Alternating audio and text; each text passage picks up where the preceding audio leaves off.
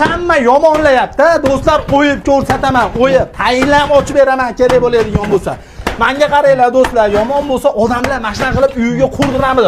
Birovni tomini urib, nima qilyapsan deb elə taydonmi uydagilari yashayotgan. Qarang do'stlar, taydan nima olib chiqyapman men?